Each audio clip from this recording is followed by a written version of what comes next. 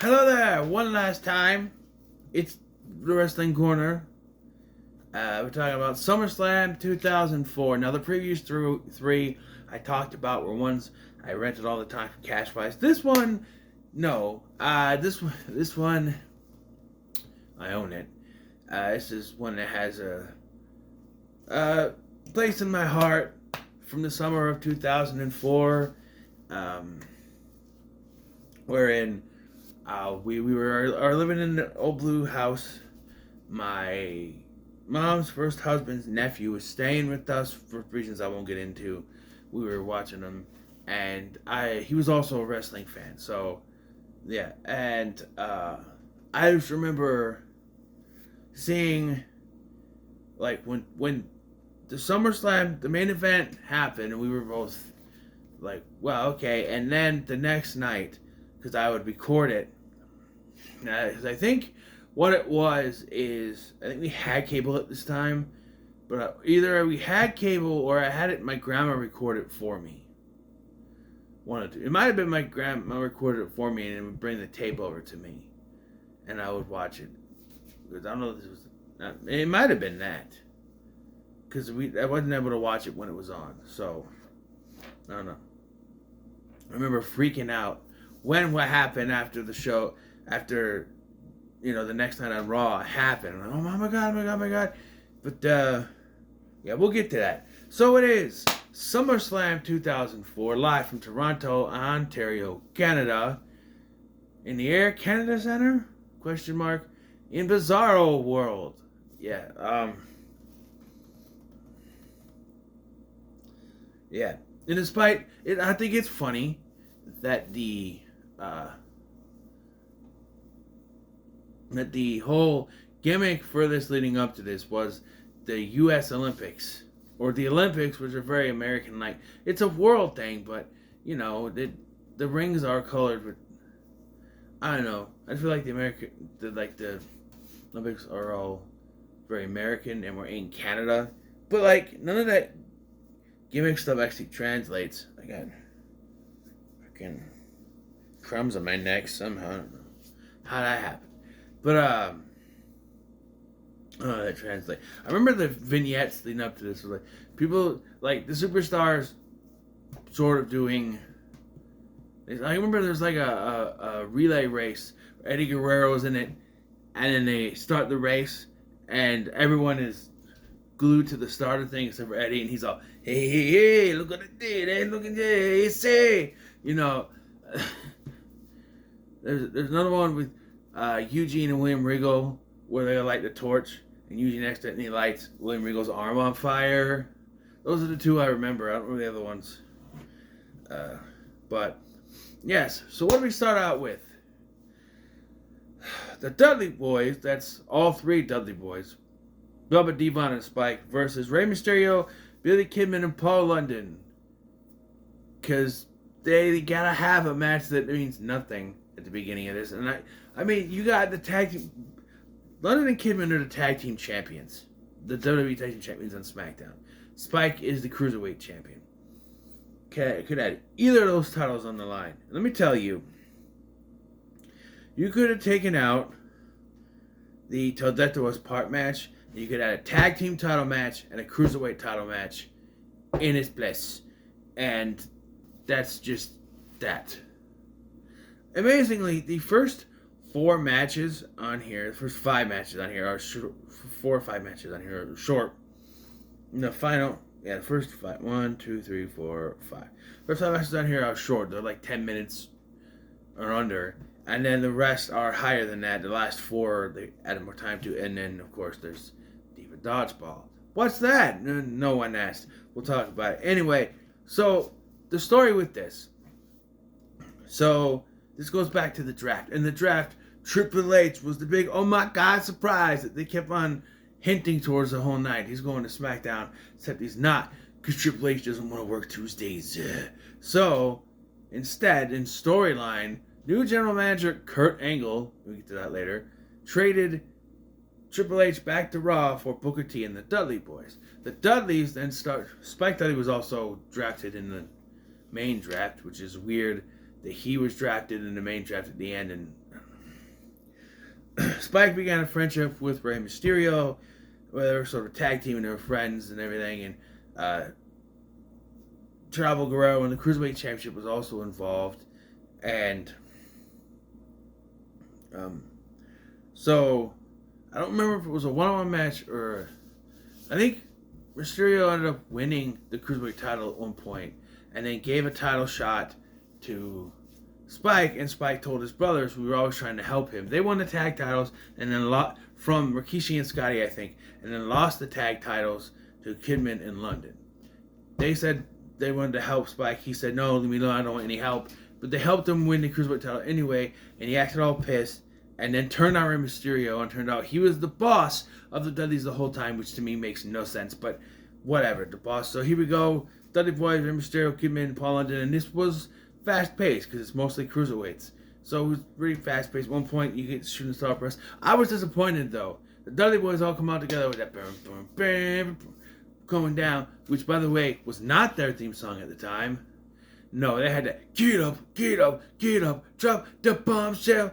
And I hate network dub of this. I should have watched the DVD. But or the Peacock dub. As they come out to their It's Coming Down music. And also, the opening package that starts this whole show has a dubbed music. It has to be, because I remember that Ain't No Cure for the Summertime Blues was the theme song. They don't play it once during this. I hate these dubbed versions. That's why the DVDs will always be superior, people. You get the actual music. But then, you got Kane's, it still has Soul Chemical here. And, trying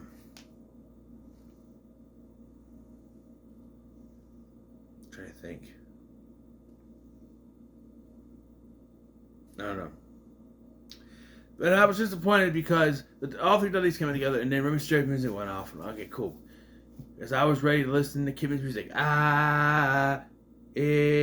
No, they all come out with Rey Mysterio's music and I went, damn it! One of the best theme songs, I'm going to hear it. But yeah, this match was fast-paced. The Dudleys won. Over and done with, sure, whatever. Till Death Do Us Part match. Now I have the honor of telling you about this storyline. So, Matt Hardy and Lita were a couple in real life, and they started showing that on TV. And then Kane made some sort of deal with Lita that no one knew what it was. It was something. And then Lita found out she was pregnant and had to tell him about. Matt was happy about this and tried to tell him that actually Kane had propositioned her for sex. It's just 2004. And said if she didn't do it, he was going to beat the hell out of Matt Hardy. I've heard people say that this is rape. I've heard people say it's not. Now, I'm leaning more towards, yes, it is. A lot of people say, but they made an agreement. She consented, but it's blackmail. It's blackmail, and blackmail is still forcing someone to do something. Still rape. Sorry. But you will try to, Well, now, she's pregnant with the demon seed, as JR would say, of Kane. So now, as you would, you're going to have a match between Matt Hardy and Kane. And the winner gets Lita. What I've never gotten about this match is that Matt Hardy is competing for a woman who's pregnant with not his child. But he still wants to be with this woman, even though I know it's technically not her fault, even though she agreed, she complied. She complied. We'll say that. She complied with Kane. It's not her fault. But she's still pregnant with someone else's baby, which means that he wants to be with her and will at some point have to help take care of this baby, which is not his. And now will be like a relationship with where Kane is also involved. And it was really weird. Of course, you know that she doesn't have a baby because they had to do something. So it wasn't my fault. Snitsky, when he debuted, was, But anyway, yeah. And this goes about the way you think it does. It's a decent match, and Kane wins. And then Lita has to marry Kane. So, yeah. Again, I don't go through each match. Now, let's talk about something stupid. John Cena versus Booker T. So, Kurt Angle was the general manager. He was a heel authority figure because Vince McMahon loved to do those way too much. You notice how since Vince McMahon left, Triple H has been in charge. Both authority figures are nice, talkative. They're authoritative, but they're not, they're not heels. They're both very understanding ones because, not every authority figure needs to be a heel. All three of them, if you count the terrible NXT general manager, The Rock's daughter. Oh, she has a name, but she's The Rock's daughter. That's why she has the job. She's terrible. She sucks. She doesn't have an on-screen presence. Doesn't have any authority. And the buck teeth don't help. I know I'm going to talk. But still. She's not authoritative. The only reason she's in that position is because of who her daddy is. Who is your daddy and what does he do? I just wanted to say that. Anyway, so when Kurt Angle was the heel authority figure, he stripped John Cena of the U.S. title for no reason other than he didn't like him. And he gave it to Booker T, or he was gonna give it to Booker T, but then Theodore Long was made the new general manager, and Theodore Long, instead of giving it back to John Cena like he said, player, we're gonna have a best of 5 series, and the winner gets this belt. And I hate these. Best of 5, best of 7, I'm sorry. It's stupid. It's stupid. Just put the title on the line. Just put the title on the line. Why do we have to? There's now going to be no champion for 5 matches. These guys are competing for a championship, but they won't be on the line till the last match. It's stupid. I hate it. And John Cena gets the win. It's a standard match. I was surprised when Booker came out. Sharmell wasn't with him, and I realized maybe that's not till later. I thought she was with him already, but I guess not. But it's a pretty good match. It's John Cena and Booker T, right? Again, I don't remember much about this match. I know that John Cena won. That's it.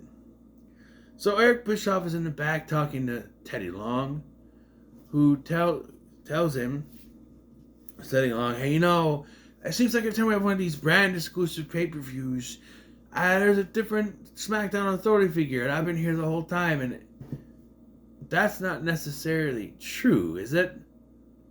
Maybe it was. Because SummerSlam,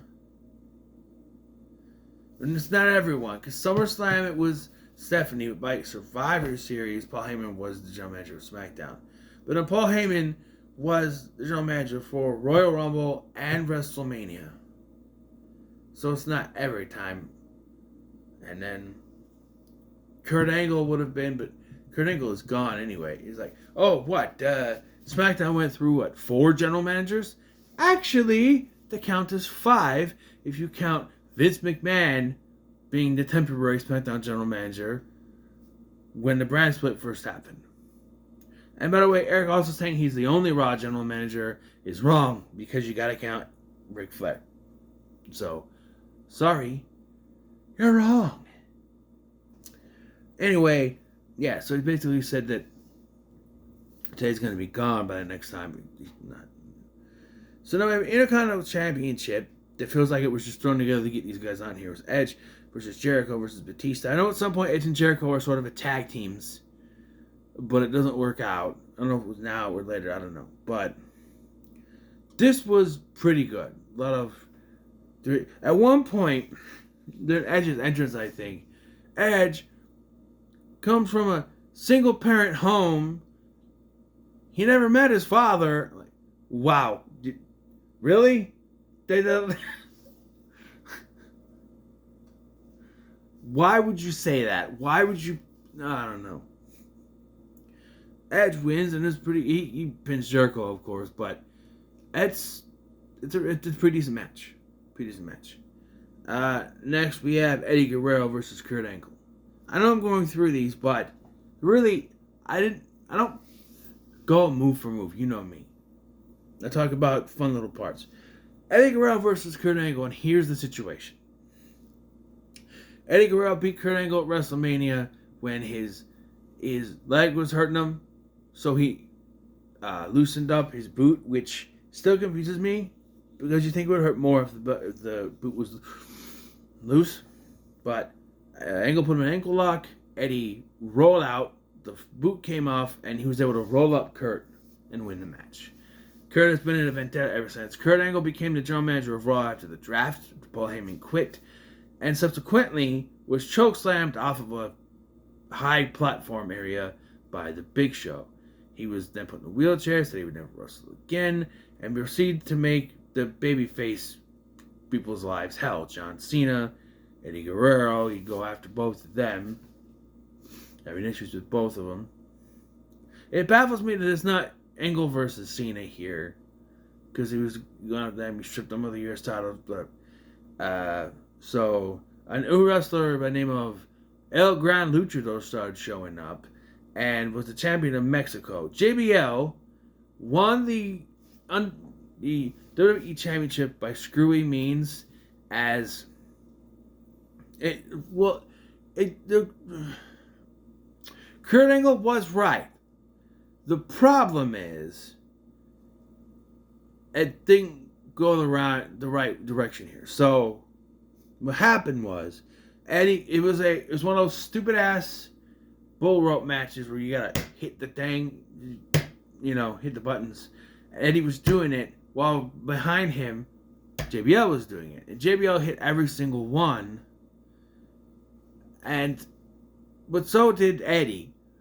But afterwards, Kurt Angle came out and said, no, actually JBL hit all the turnbuckles. He gets the WWE Championship. Which makes no sense. They should have just restarted the match. Because, I don't know, did JBL hit it first? I don't know. But that's gone. And Eddie doesn't get a rematch, which always baffled me. No. Instead, he's facing Kurt now. Because what happens is, Eddie did get a rematch, actually on Raw, in a steel cage match. So what happens is, JBL, the WWE Champion, challenges the champion of Mexico, El Gran Luchador, to a match. The match goes pretty good, even though these El Gran Luchador is getting his butt whooped. But at one point, El Gran Luchador falls to the outside, and he's pulled underneath the ring, and another one comes out. It's obviously Eddie Guerrero, and he beats JBL. Oh, El Gran Luchador beat him, and he starts talking. It's obviously Eddie Guerrero. My good friend Eddie Guerrero's gonna beat you, ese. He sounds pretty familiar, Cole. And no shit. It's Eddie Guerrero, Taz. Well, maybe they just don't talk like that. That's racist. But yeah, so then Eddie Guerrero versus JBL in a steel cage. El Gran Luchador comes out and screws Eddie Guerrero out of winning the WWE Championship. But as he's going back up to leave, Eddie pulls El Gran Luchador's mask off to reveal Kurt Angle, who can walk and was lying. I don't know about the whole time, but he was lying for most of it. I know it was all kayfabe. He did have an injury after WrestleMania, which is why he had to kind of sit down and be that kind of authority figure, but, in a wheelchair and everything. He also got a bodyguard named Luther Reigns. This match is very good. Two very good technical wrestlers doing their thing. At one point, the boot coming loose starts to happen again, but Kurt's able to actually put the ankle lock on the bare leg, which really hurts him, and Eddie taps him. Sorry, my eye is itching. So yeah, but it's a very good match. This is where guys start to get long in the tooth. These matches. That's were pretty long. And we have Triple H versus Eugene. And this match always confuses me, because I remember, I don't even know if it was, because I don't even know if it was actually Triple H versus Eugene that this match was. But I remember a match where Eugene comes out. Eugene is there. He beats all the hell out of Triple H, and Raw ends with him standing on top of the announce table, and he's bloodied. Triple H is bloodied. I swear. But that's not this. And I don't remember where that came from. Because I looked at the other ones. He wins one without Randy Orton, but it's not that, because Randy Orton basically he puts Eugene on top of Triple H to win. But I don't know. But no. So the story here is that when The Rock showed up and talked to Eugene, Eugene named Triple H as his favorite WWE superstar, favorite wrestler of all time. So Triple H decided to use this to manipulate Eugene. And there was a point in time where Eric Bischoff couldn't be around. So Eugene was the general manager of Raw, and Triple H wiggled his way into a championship match and was going to use Eugene, who is also friends with Chris Benoit, to screw Benoit over. He had a chair, everything. He was going to use the chair, and Benoit tried to take the chair from him, ended up whacking Triple H in the face and causing Triple H the match. This caused Triple H to turn on him, because of course it did, and they beat the holy hell out of William Regal. So now we have this match, which is good. But I've always thought... So, one good thing about this is Triple H... It's a Triple H match that doesn't go 20 minutes. Who would have thought? It's only 14 minutes. But also, I always thought Eugene should have won this match. Especially since this isn't over. And it kind of ends... It ends with a steel cage match that writes him out with an injury, but... Eugene. But yeah, the match pretty solid. Because Nick Dinsmore, who was Eugene, was a solid wrestler. Eugene's thing was making other people's moves. He did rock bottom, stunner, crossface, he did pedigree, he did all those old school wrestling moves. I like the one where he did like a junkyard dog thing, where he come up and did a dog headbutt and then pretend to pee on them, and then they'd act like they actually got peed on. That was funny. But Triple H wins this match.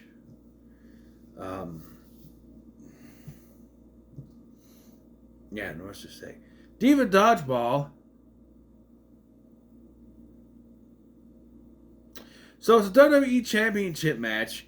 JBL versus The Undertaker. So the story is that because they decided to have John Cena go against Booker T and Eddie Guerrero go against Kurt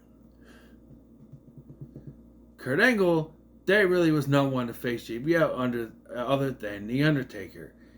But this thing is such a clusterfuck, and if you think I'm going to go back and talk about Diva Dodgeball, y'all,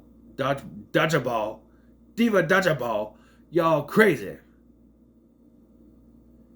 Because I had to sit through that shit, and I'm not going to have you guys sit through me talking about it. So, we have this match, and on paper, this could be a good match. But you know, WWE got a shenanigan, because of course they do. At one point, that chief of staff, Orlando Jordan, comes out to cause a distraction, which ends up with the referee getting knocked out, because of course this. Also, at one point, Orlando Jordan clearly has his hands on Undertaker, but the referee doesn't disqualify him. He gets booted in the face for his deeds, though. But like, he introduces the WWE title into the match, and Undertaker takes it, bops JBL on the face, which causes a disqualification because the referee sees shit. And so the response to this is to tombstone him on the window in the front. I can't remember what it's called. The hood and that. Gets tombstone under that. Bloodied. Undertaker goes to leave. Comes back. Choke slams him through the moon roof to where obviously it was gimmicked in there. The match was fine. There was way too many shenanigans, though, I think, for this. Like, Orlando Jordan getting involved. And I always confused this, thinking this was the last Ride match. I think their last Ride match was at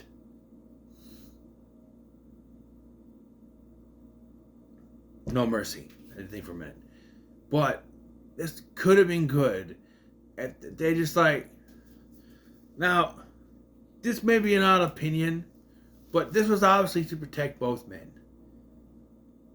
You could have had JBL lose. This was SummerSlam. JBL doesn't need to be protected, in my opinion. No offense to John Bradshaw Layfield, but I never saw him. I never understood the WWE's WWE Championship run. The only reason he won it is because, like, I truly think Triple H was supposed to win the WWE Championship, but they had to change plans. Because JBL being bumped into the main event and winning the WWE Championship, it feels all too weird. Feels all too weird. He goes from changing his gimmick to winning the championship in less than 2 months. That to me doesn't make any sense. Unless they were forced to do it. You know? So in my opinion, he didn't need protecting. You could have had him lose, and I'd be fine with it. Because JBL held that title for too goddamn long. And if he didn't lose it here, you should have lost it at No Mercy. You could have had JBL win it back again in time. Like he wins at the Royal Rumble or some shit. Who knows? But also, John Cena winning the WWE title from The Undertaker, well, no, that would have ended the streak.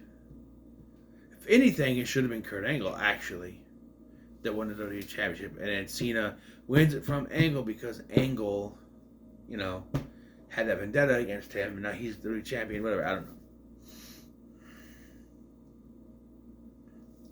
But I don't know. It's a disqualification. It's a disqualification because he hit him with the belt. So JBL wins by disqualification. And he beats all the hell out. World Heavyweight Championship main event: Chris Benoit versus Randy Orton.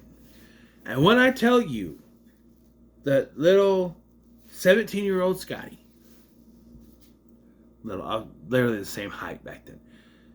The 17-year-old Scotty was so confused by the winner of this match because going into this, I don't think anyone believed Orton was winning. I'm sorry, but they didn't. They didn't. Unless they were really into the wrestling thing. They're like, oh, well, he lost in the Continental Championship. Obviously, he's going to win. Not necessarily. And I agree with those people who say that it wasn't Orton's time. I think they pulled the trigger too soon. And it didn't work anyway because they had Triple H win the title back at Unforgiven anyway. I don't know. I get, you know, making Randy Orton the face and get him out of Evolution. I get that. But I just remember the next day going to school, people saying Orton won the World Heavyweight title. And I'm like, no way. No, you're messing with me. No. Why? What? Because the whole problem with this, because I was thinking about this while I was watching it, the whole problem with Orton winning this title off of Benoit at this point is that Benoit won the world title at WrestleMania and only feuded with Triple H from that point on. Well, he had a match with Kane at Bad Blood, I think it was. But other than that, he's mostly stuck in Evolution. Because Backlash, it was the rematch, triple threat rematch. And then at Bad Blood, he faced Kane. But that match didn't really work out. He had 2 matches that night. And then he was back facing Triple H again. So he really didn't do much outside of Kane. I thought it was too soon to take the title off. But, you know, WWE likes to do that. Well, they'll have someone win one title at the one big event and then the other. Lately, it's been, you can only change the big titles at WrestleMania, which is, come on, that's too long. You want to do WrestleMania to SummerSlam, that's fine, but these long reigns need to stop, okay? Anyway.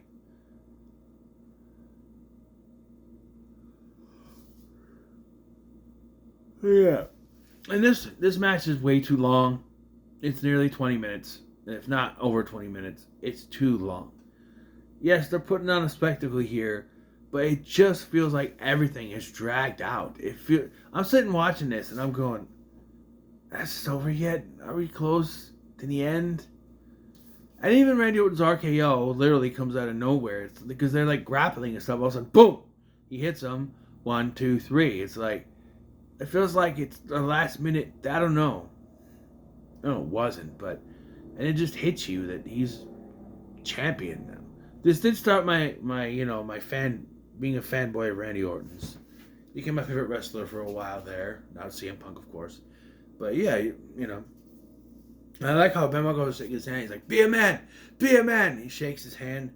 And of course, the next night, he'd give Benoit his rematch. And then Evolution would come out to celebrate, and that would culminate in him being kicked out of Evolution.